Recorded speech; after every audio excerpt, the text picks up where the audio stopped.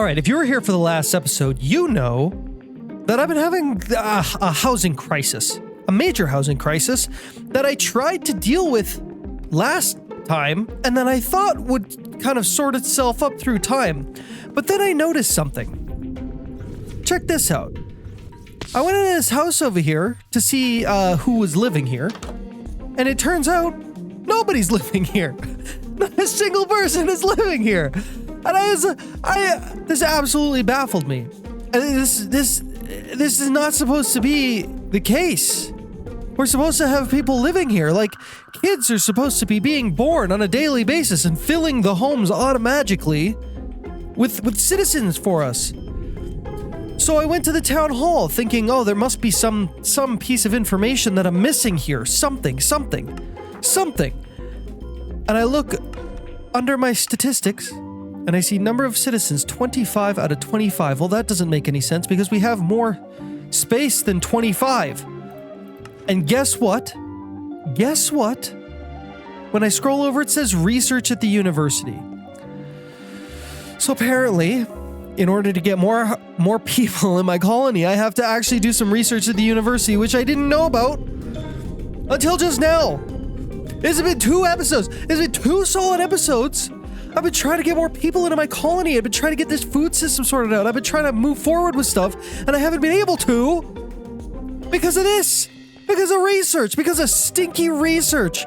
Also, while we don't have a lot of people here, we should actually move our... Good day to you. Rena? Good day to you. What? Is this seriously Rena and Renu? They need to be moved to a closer home. So Rena can live there and Renu can live over here. There we go. Okay, let's take a look here. Research, civilian? Ah, I see. So here it is, outpost. Max citizens to 50. Requires residences totaling at least level 4 and requires 64 stake. We only have 13 stake, but it's a good thing we've got hostile neural networks. So we can deal with this. Cow data model. Stick it in there. We got ourselves a cow prediction. We stick it in here and we go, we want raw beef. Give me the beef. All right, we got what we needed. Now we can do this research, this outpost research. Done. And while we're here, we may as well take a look and see what other kind of research we can do. Okay, I am thinking that we should focus on combat here. Avoidance, which is Knights Unlock shield use. I think that would be really, really nice to have. And also accuracy. Guards have a chance to score critical hits. I think that that's a good idea. Because honestly, thus far, I've been sort of dealing with all the combat issues myself. But actually, we might want our guards to actually like handle some of the fights that are coming to our colony. And to do that, they're going to need to be kitted out a little bit better. Which is actually a decent next step here. Because we need to upgrade all of our guard towers to level 3. Or to level 2 at least. You see these 2 over here, these 2 tall ones? They're at level 2. And all of our other ones are at a measly level 1, like this guy over here. So I think what I'm going to do is I'm going to go around to all of my guard towers and we're going to upgrade all the level 1 guard towers to level 2. Is that it? We just have the 3 guard towers in the colony? That's all? Interesting. We don't have a lot of guard towers around. All right, so we got some building projects going. And we got our, you know what? Actually, I have one more building project I want to do, and it's the restaurant. I want this restaurant to get up to level 2. This is going to be one of our next big jobs, is getting like food situation figured out. Currently, our colony is drenched by the rain, and that means nobody is working. So we're going to come back to this in a little bit. I have another project I want to deal with. You see, I want better jet boots. Jet boots! And, I already have all the materials I need to get jet boots level 4, except for this potion of slow falling. Should be pretty easy to get. The only thing here that's a problem is to get to jet boots tier 5, I need dragon's breath. And I don't have dragon's breath. I don't have any of it. I didn't really think about needing it when I fought the dragon last episode. So here's what we're gonna do. We're gonna go and respawn the dragon. All right, and there's a horse here that I accidentally spawned him in. It was an accident. I was here a little earlier before I started my video, thinking, I wonder if I can get dragon's breath in some other way. And no. Oh, no, I don't think I can. All right, let's do this thing. One here, one here, One there. All right, you need to... Okay. Can you not do that, please? And one there, and the dragon is being summoned. All right, here it comes. Now this time... Come here, you. Now this time, we don't actually want to kill the dragon. We want him to continue living. What we want to do is we want to capture his breath in a bottle. We want to get the dragon to shoot at us. Oh, there we go. Perfect. We want to get as many of these dragon breath bottles as we can because I don't want to have to do this over and over and over again. Shoot at me! Shoot me with your dragony breath! He just shot himself! You gotta be kidding me. Oh, I can go and take that. Take this, you. Dang, look how much damage I'm doing to him just with my hand. Dude, I could beat this guy with punches alone. Okay, yeah, shoot yourself. That's fine, whatever. More of that, please. Do that again, please and thank you. Breathe fire on me. Yes, good. Look at that, we got a stack of dragon's breaths. All right, we got what we wanted. But we're also gonna need a potion of slow falling. And we're gonna get that in our witch house. Here we go. Our potions of slow falling are now done. And we should be able to make our jet boots all the way up to level 5. Let's do this thing. We got our jet boots out. We got a jet boot tier 4. Which we have everything for. And then jet boot tier 5. Boom. Tier 5. Oh my gosh. All right, now check this out. If we go into here and we go to our jet boots, we now have this enable flight stabilizer, which means when we fly up, we just stay here. We just basically have creative flight now, which is pretty good. That's pretty dang nice, hey? We're also a little bit faster too, like my upwards flight here is a bit quicker. So one more thing I want to do. Our armor here requires pressure. And apparently, there's actually a block here, the aerial interface. Apparently this actually can wirelessly transfer pressure to our suit, I think. Which, if true, is big. Because that means we can basically just set it and forget it, which would be amazing. So we're going to try to make it, but it requires us to fight another wither. So, boink, we're going to do it. Man, we're going to be so much faster now. Honestly, probably almost too fast. Like, just flying around the colony, we do not need to be this quick. Like, look at this. Look at this. Look at this speed. Look at this speed. Oh my gosh, I'm so fast. It's a little crazy. It's a little crazy. Let's build our friend and then murder him. Boom. Another star part 2. That's all that we're here for. Easy. Easy clap. Now then, we're going to use this nether star to make ourselves an aerial interface. I think we have everything else for it, which is good. And I believe this thing can take air? Energy too? Oh, wow. Does that mean I can keep this powered? That would be interesting. I had this set up incorrectly. So we've got this aerial interface connected to these alternators and to this advanced pressure tube. What we need to do is we need to get one of these charging modules. And we need to place it right there so that it's facing our aerial interface. It should be able to move the pressure. Oh, it's working. Oh my gosh, it's working. This side of the block here, the left side, we need to set it to this armor slots setting. And that'll actually send the pressure to our armor. So right now we're at 9.8 bar. I think we started at 9.6. So it is slowly going up, which is dang sweet. That is dang cool. I wonder how far away this works. We can also now keep our wireless universal terminal. We can keep that powered as well. We can actually wirelessly send power from this thing. That's why we have the alternators there. Dude, this thing is actually sweet. You know what else we can do with this aerial interface? Is we can actually like drop items into it. We can have it like auto supply us with like torches. We can have it auto supply us with like levels, things of that nature. That's so crazy awesome. But anyways, look, oh, kid. There's a kid. That means more people. That means we have more people in the colony. In fact, we can take a look and see exactly how many. 37 out of 40. Not bad. Now, I think we're probably going to max out that number pretty fast. So I'd like to go to max citizens to 100, which requires 128 stake. Upgrade Hamlet. We're also going to look at some other upgrades as well here in technology. Because we want to start looking at, we're going to want a stone smeltery.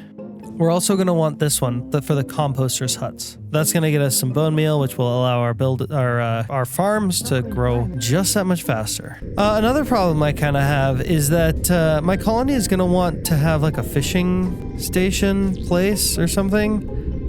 And that would have to kind of be down here because there's no other water nearby. I could like make a lake. A little river or something? But dang, would that be kind of a pain. But maybe that is the thing that we're... Where are you going? Hang on. Where are you going? What are you doing? What are you doing? Why are you walking down into the dark cave? Why are you doing that? Stop. Don't do that. Just don't. Our colonists are going to start requiring higher quality foods. And we should now finally have some people working over here? Maybe? Oh, you gotta be kidding me. Cowhand's hut, nobody. Okay. Well, you know what? For when we do get workers here, I'm gonna upgrade these 2 buildings. And over here, I also want to start thinking about how we're going to expand our industrial district. I know we're gonna go probably this way some, over here onto this flat area. In fact, you know what? Maybe right next to our factory here is where our river is gonna be. Maybe we turn this whole area into a big river because this section here, this section of our factory with these slants, this is actually somewhat inspired by like dams, like water dams and stuff like that. So it would actually make sense to have a bunch of water here. I'd also like the idea of having some turning some water mills here to and that are like basically pouring out like toxic sludge into the river. I think that might be a nice touch for our industrial kind of area. Okay. Look at that. We now have a river. Incredible.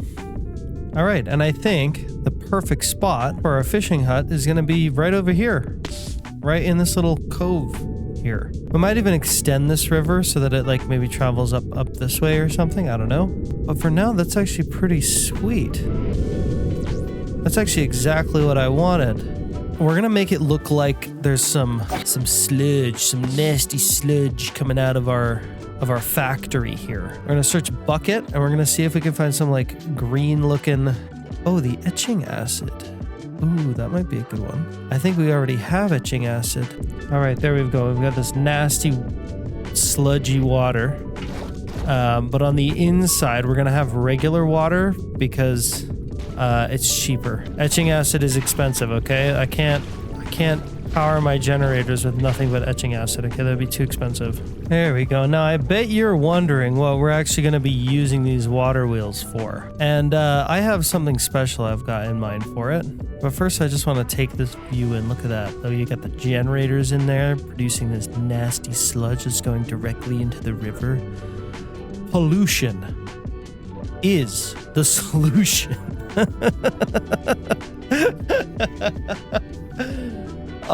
Pollution is the solution. Look at that. Beautiful. I love it. All right, so we need something from immersive engineering. And I believe it's some kind of generator. Kinetic dynamo, that's it. We need a few kinetic dynamos. And normally you would have to make these special water wheels for these. But I think we can use create ones just fine. Huh, doesn't seem to be working. I could have sworn these kinetic dynamos worked with create. But maybe I'm wrong, I don't know. Maybe we need a special type of water wheel. So if we look at this, we need a kinetic dynamo. And in order to make a kinetic dynamo work, we need these special water wheels that require water wheel segments. Oh, this is why I was hoping the create stuff was gonna work. Water wheel segments are made with treated wood. And treated wood is kind of a pain because we need this creosote oil, and you make it by using a coke oven. That's the next thing we gotta do. We gotta make ourselves a coke oven. We need these coke bricks. Yeah, we just arrange them in a 3x3 pattern. An engineer's hammer, we hit it with that. Boom, coke oven.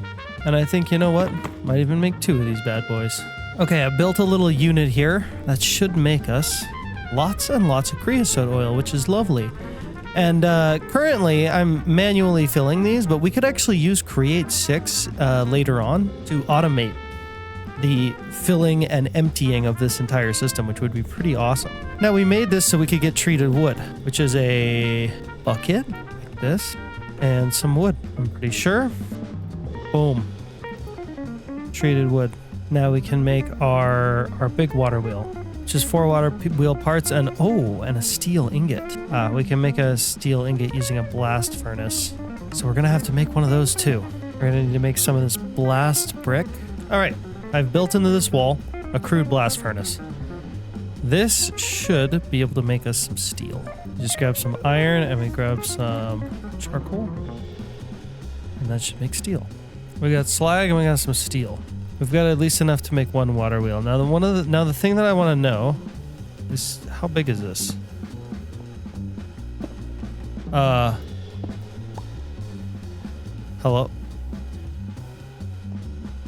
Are you kidding me? It's invisible. It's invisible. It's invisible to shaders. I did all that for a water wheel that's invisible to shaders. First I gotta find out, does this even work? Yeah, it works. I mean, obviously this is as inefficient as it can get, but it works. Ugh, okay, you know what? I don't like that. I don't like how it works. I don't like how it looks. I don't like that it doesn't work with shaders. I don't like any of it. I want to use my Create mod water wheels, and I thought they would work. I thought they would work.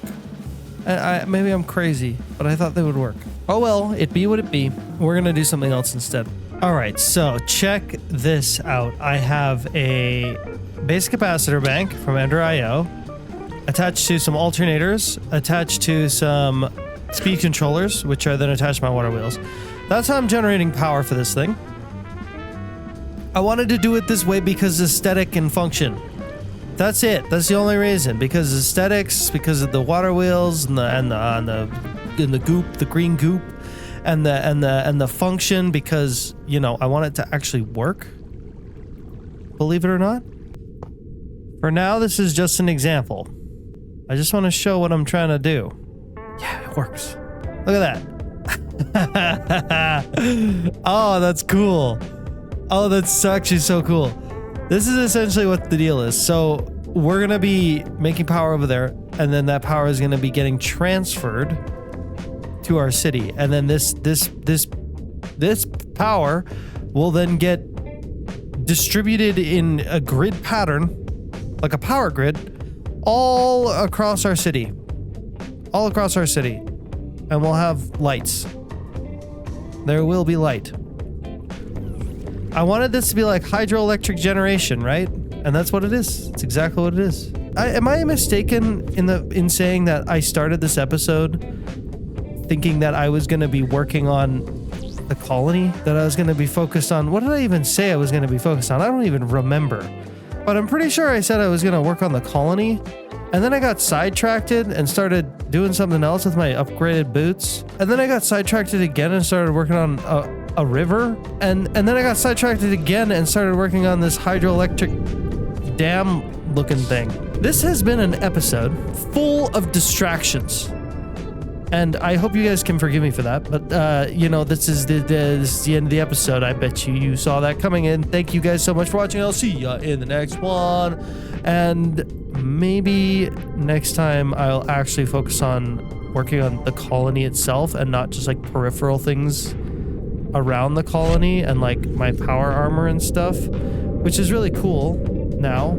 It's very, very fast. It's almost too fast. This is almost too much.